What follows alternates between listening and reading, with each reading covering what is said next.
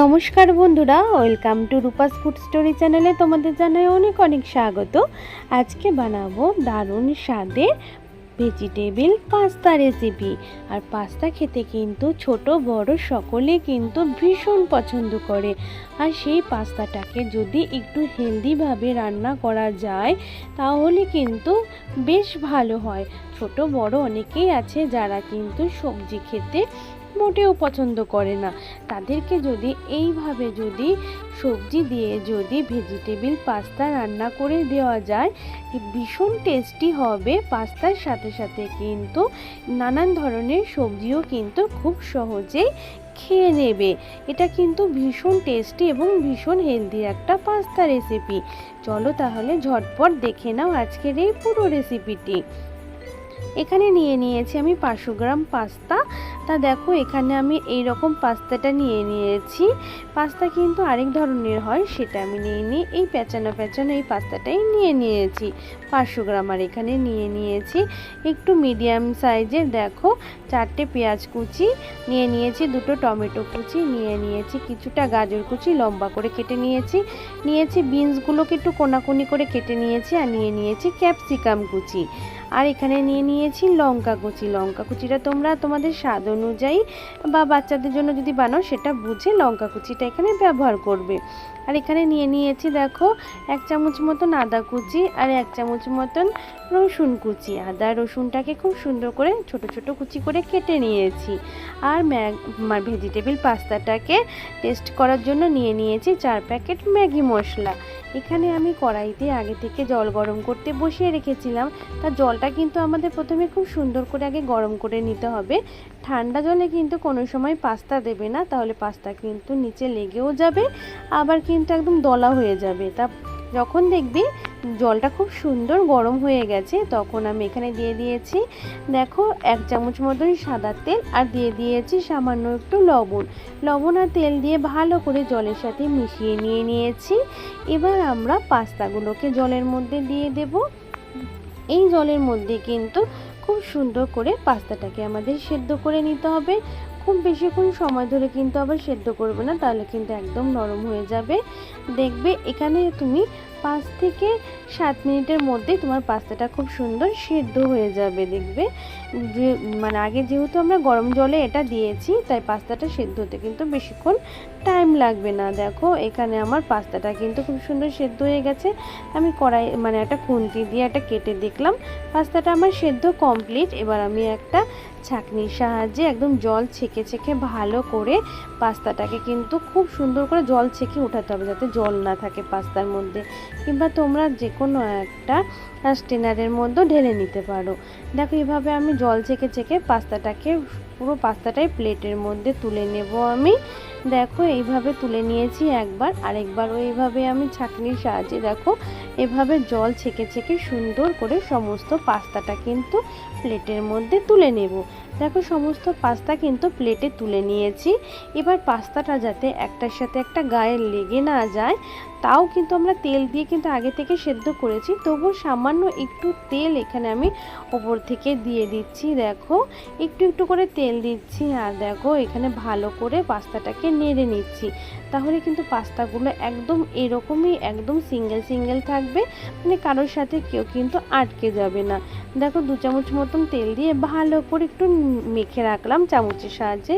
আস্তে ধীরে করবে যাতে ভেঙে না যায়।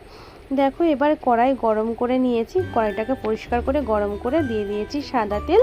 তা সাদা তেলে করলেই ভালো হয় রান্নাটা। তেলটা গরম হয়ে যাওয়ার পরে এখানে দিয়ে দিলাম আদা কুচি আর রসুন কুচি। তেলটা কিন্তু তোমরা তোমাদের পছন্দ মতন দিও, তোমরা কিন্তু চাইলে থেকে কমও দিতে পারো, কিন্তু যেহেতু আজকে আমি অনেকটাই পাস্তা রান্না করছি 500 গ্রাম মতন, সাথে সবজিও দেব, তাই এতটুকু তেল আমার প্রয়োজন পড়বে। দিয়ে দিয়েছি লঙ্কা কুচি। তোমরা যদি কেউ বেশি একটু ঝাল খেতে পছন্দ করো তবে লঙ্কার পরিমাণটা এখানে বাড়িয়ে নিতে পারো। আদা রসুন লঙ্কাটাকে কিন্তু একটু ভেজে নিতে হবে, খুব কড়া লাল করব না, তবে একটু ভেজে নেব। দেখো তারপর ভেজে নেওয়া হয়ে গেলে দিয়ে দিয়েছি পেঁয়াজ কুচি। আমি কিন্তু এখানে মিডিয়াম সাইজের দেখো 4টে পেঁয়াজ ব্যবহার করেছি। যেহেতু এখানে আমি আজকে কিন্তু ভেজিটেবিল পাস্তাই করব, এখানে চিকেন বা ডিমের ব্যবহার করব না, তাই এই পেঁয়াজটা দেওয়াতে কিন্তু স্বাদটা অনেকটাই বেড়ে যাবে। এর জন্য এখানে পেঁয়াজের পরিমাণটা একটু বেশি দিতে হবে, তাহলে খেতে অনেকটাই টেস্টি হবে। দেখো পেঁয়াজটাকে দিয়ে খুব সুন্দর করে একটু ভেজে নিয়েছি, পেঁয়াজটা নরমও হয়ে গেছে আর দেখো কতটা সুন্দর ভাজা হয়ে গেছে। তবে একদম সোনালি করে ভাজতে হবে না, মিডিয়াম করে ভেজে নিলেই হবে। তারপরে দিয়ে দিয়েছি এখানে যে দুটো টমেটো কুচি আমরা করে রেখেছিলাম, সেই টমেটো কুচিটা কিন্তু এখানে দিয়ে দিয়েছি। এবার টমেটো কুচিটাকে একটু হালকা করে ভেজে নেব, একদম গলিয়ে ফেলতে হবে না, হালকা করে একটু নেড়ে চেড়ে ভেজে নিলেই হবে টমেটোটাকে। তারপরে দেখো এখানে যে সমস্ত আমরা সবজি কেটে রেখেছিলাম, গাজর কুচি, ক্যাপসিকাম কুচি আর বিনস কুচি, এইগুলোকে কিন্তু দিয়ে দিয়েছি। তোমরা চাইলে এখানে একটু বাঁধাকপি কুচিও দিতে পারো, কোনো অসুবিধে নেই। আরও কিছু সবজি তোমরা তোমাদের পছন্দ অনুযায়ী দিয়ে দিতে পারো। আমার হাতের কাছে 3টে সবজি ছিল, তাই 3টে সবজি আমি ব্যবহার করেছি। এবার সবজিটাকে পেঁয়াজের সাথে খুব ভালো করে আদা রসুনের সাথে একটু নেড়ে চেড়ে নেওয়ার পরে তারপরে স্বাদ অনুযায়ী এখানে দিয়ে দিলাম লবণ। লবণটাকে দিয়ে দিয়েছি, স্বাদ বুঝে দেবে, যেহেতু সেদ্ধর সময় আমরা লবণ দিয়েছিলাম। আর দিয়ে দিয়েছি হলুদ। হলুদটা দিলে কিন্তু খুব সুন্দর রং আসবে পাস্তার, তাই অবশ্যই হলুদ কিন্তু এখানে দিও। এবার কিন্তু খুব ভালো করে কিন্তু সমস্ত সবজিটাকে একটু প্রথমে নেড়ে চেড়ে নেব 3-4 মিনিট ভালো করে কড়াইতে, এইভাবে অনবরত একটু আগে ভালো করে কিন্তু নেড়ে চেড়ে নিতে হবে। নেড়ে চেড়ে নেওয়ার পরে তারপর একটু ঢাকা দিয়ে হালকা করে সবজিটাকে কিন্তু আমাদের একটু সেদ্ধ করে নিতে হবে। দেখো এখানে আমি 5 মিনিটের জন্য একটু ঢাকা দিয়ে নিলাম। তারপর দেখো 5 মিনিটের মধ্যে আমাদের সবজিগুলো কত সুন্দর কিন্তু সেদ্ধ আর নরম হয়ে গেছে। আমাদের সবজি একদম পুরো সেদ্ধ হয়ে গেছে। এখানে এবার আমি যে বাকি মশলাগুলো সব কিছু অ্যাড করব সেটা তোমরা দেখে নাও। এখানে এবার আমি দিয়ে দিচ্ছি ম্যাগি মশলা। তোমরা চাইলে এখানে কিন্তু পাস্তা মশলাও ব্যবহার করতে পারো, তবে আমার কাছে ম্যাগি মশলার ফ্লেভারটাই বেশি ভালো লাগে, তাই এখানে আমি 4 প্যাকেট ম্যাগি মশলা নিয়েছি। সেই 4 প্যাকেট ম্যাগি মশলাটাই কিন্তু এখানে দিয়ে দিলাম। যেহেতু আমরা এখানে ডিম বা চিকেনের ব্যবহার করছি না, তাই এখানে মশলাটা চিকেন মানে এই ম্যাগি মশলাটা দিলে কিন্তু স্বাদ অনেকটাই বেড়ে যাবে। এবার ম্যাগি মশলার সাথে খুব ভালো করে সমস্ত সবজিকে নেড়ে চেড়ে নিয়েছি। এখানে দিয়ে দিলাম 1 চামচ মতন সয়া সস আর 1 চামচের থেকে একটু কম দিলাম চিলি সস দিয়ে দিয়েছি। এবার আবারও সমস্ত সবজিটাকে এই সয়া সস চিলি সসের সাথে আর দিয়ে দেবো এখানে মেন যেটা হচ্ছে টমেটো সস। টমেটো সস কিন্তু অবশ্যই দেবে। এই টমেটো সস দেওয়ার ফলে কিন্তু এর স্বাদ কিন্তু দারুণ হবে খেতে, কিন্তু পুরো একদম হোটেলের যে আমরা রেস্টুরেন্টে যে চাউমিনগুলো খাই একদম পুরো সেই রকমই টেস্ট আসবে। ভালো করে সবজির সাথে tomato sauce, chilli sauce, soya sauce একদম ভালো করে মিশিয়ে নেওয়ার পরে তারপরে দেখো এখানে পাস্তাগুলো দিয়ে দিচ্ছি, সেদ্ধ করে রাখা পাস্তাগুলো দেখো কত সুন্দর হয়েছে, সেদ্ধটা একদম গলেও যায়নি, আবার একটার সাথে একটা কিন্তু লেগেও যায়নি, একদম ঝরঝরে হয়েছে। দেখে তোমরা নিশ্চয়ই বুঝতে পারছো একটার সাথে কিন্তু একটা লেগেও যায়নি, কতটা সুন্দর হয়েছে দেখো পাস্তাটা। এবার সমস্ত সবজি মশলার সাথে কিন্তু আমাদের পাস্তাটাকে খুব ভালো করে কিন্তু মানে একটু আস্তে ধীরেই করবে, যাতে মিশিয়ে নিতে হবে যাতে পাস্তাগুলো ভেঙে না যায়। হ্যাঁ, আস্তে ধীরে করে কিন্তু সমস্ত সবজি এবং মশলার সাথে কিন্তু পাস্তাটাকে খুব সুন্দর করে কিন্তু মিশিয়ে নেব। দেখো আস্তে আস্তে কতটা সুন্দর রং হচ্ছে আর দেখে কতটা লোভনীয় মনে হচ্ছে। এরকম পাস্তা দেখলে কার না জিভে জল আসবে বলো।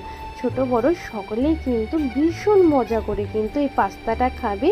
সাথে কিন্তু যে সবজিগুলো দেওয়া আছে সেই সবজিগুলো কিন্তু ভীষণ টেস্টি হয়েছে, সেই সবজিগুলো দেখবে আর ফেলবে না, খুব সুন্দর করে খেয়ে নেবে।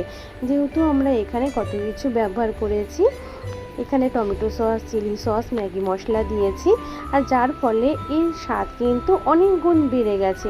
তাই দেখবে এই পাস্তার সাথে সমস্ত সবজি কিন্তু বাচ্চারা খেয়ে নেবে। সপ্তাহে কিন্তু 2-1 দিন কিন্তু এরকম পাস্তা কিন্তু করে কিন্তু অবশ্যই ছোট এবং বাড়ির বড়দের কিন্তু করে খাওয়ানো যায়। দেখো সমস্ত সবজির সাথে কিন্তু আমি পাস্তাকে খুব ভালো করে মিশিয়ে নিয়েছি। প্রথমে কিন্তু লো ফ্লেমে রেখে আগে সমস্ত মশলার সাথে এই পাস্তাটাকে মিশিয়ে নেব।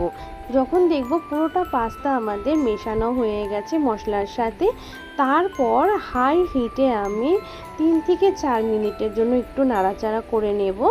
তারপরেই দেখবে একটু ভাজা ভাজা হয়ে যাবে, তাহলে আমাদের পাস্তাটা একদম রেডি হয়ে যাবে। প্রথমে কিন্তু হাই হিটে রেখে কিন্তু সমস্ত মশলার সাথে পাস্তাটাকে নেড়ে চেড়ে মিশাবে না, তাহলে কি হবে পাস্তাটা কিন্তু তাড়াতাড়ি কিন্তু একদম নিচের থেকেই লেগে যেতে পারে আর সমস্ত মশলা কিন্তু ভালো করে মেশানো যাবে না। তাই আগে লো ফ্লেমে রেখে মিশিয়ে তারপর 3-4 মিনিট একটু হাই হিটে নাড়াচাড়া করে নিলেই রেডি হয়ে গেল আমাদের ভেজিটেবল টেস্টি পাস্তা। চলো এবার প্লেটে সার্ভ করে দেখাচ্ছি কতটা সুন্দর হয়েছে। দেখো লোভনীয় হয়েছে আজকের আমাদের এই পাস্তাটা, আর কতটা দেখো ঝরঝর হয়েছে, একটাও কিন্তু ভেঙেও যায়নি। সমস্ত পাস্তাগুলো কিন্তু সিঙ্গেল রয়েছে। দেখো এরকম পাস্তা দেখলে কার না জিভে জল আসবে বলো। আশা করি আজকের এই রেসিপিটাও কিন্তু তোমাদের কাছে ভীষণ ভালো লেগেছে। তা ভালো লেগে থাকলে কিন্তু অবশ্যই কিন্তু ভিডিওটাতে একটা লাইক করতে কিন্তু ভুলে যেও না বন্ধুরা। অবশ্যই ভিডিওটাতে কিন্তু একটা লাইক করে দিও এবং এই ভিডিও রেসিপিটা কিন্তু আরও অন্যান্য বন্ধুদের মাঝে কিন্তু শেয়ার করে দিও। আর আমার চ্যানেলে যদি কোনো নতুন বন্ধু এসে দেখে থাকো রেসিপিটি, অবশ্যই আমার চ্যানেলটাকে সাবস্ক্রাইব করে নিও, তোমাদের কাছে অনুরোধ রইল। আর পাশে থাকা বেল আইকনটাকেও কিন্তু প্রেস করে দিও, যাতে আমি যখনই কোনো আরও নতুন রেসিপি শেয়ার করব সেই নোটিফিকেশান কিন্তু সবার আগে কিন্তু তোমার কাছে কিন্তু পৌঁছে যাবে। এরকমই আরও নিত্য নতুন ভিডিও যদি তোমরা দেখতে চাও অবশ্যই কিন্তু আমার চ্যানেলে গিয়ে একবার ঘুরে দেখে আসতে পারো। এবং আমি আরও কয়েকটি নতুন রেসিপির ভিডিও আমি ডিসক্রিপশান বক্সে দিয়ে রাখবো, সেখানে গিয়েও তোমরা সেই লিঙ্কে ক্লিক করে দেখে নিতে পারো সেই রেসিপিগুলো। আবারও কিন্তু নিত্য নতুন রেসিপির সাথে হাজির হয়ে যাব তোমাদের কাছে, তোমাদের সামনে। তোমরা অবশ্যই আমার সাথে থেকো, পাশে থেকো, সাপোর্ট করো এবং তোমরা সমস্ত বন্ধুরা খুব ভালো থেকো এবং সুস্থ থাকো। আজ তাহলে এই পর্যন্তই, আবারও নতুন ভিডিওর সাথে তোমাদের সঙ্গে আমার দেখা হবে। আজ চলি, বাই।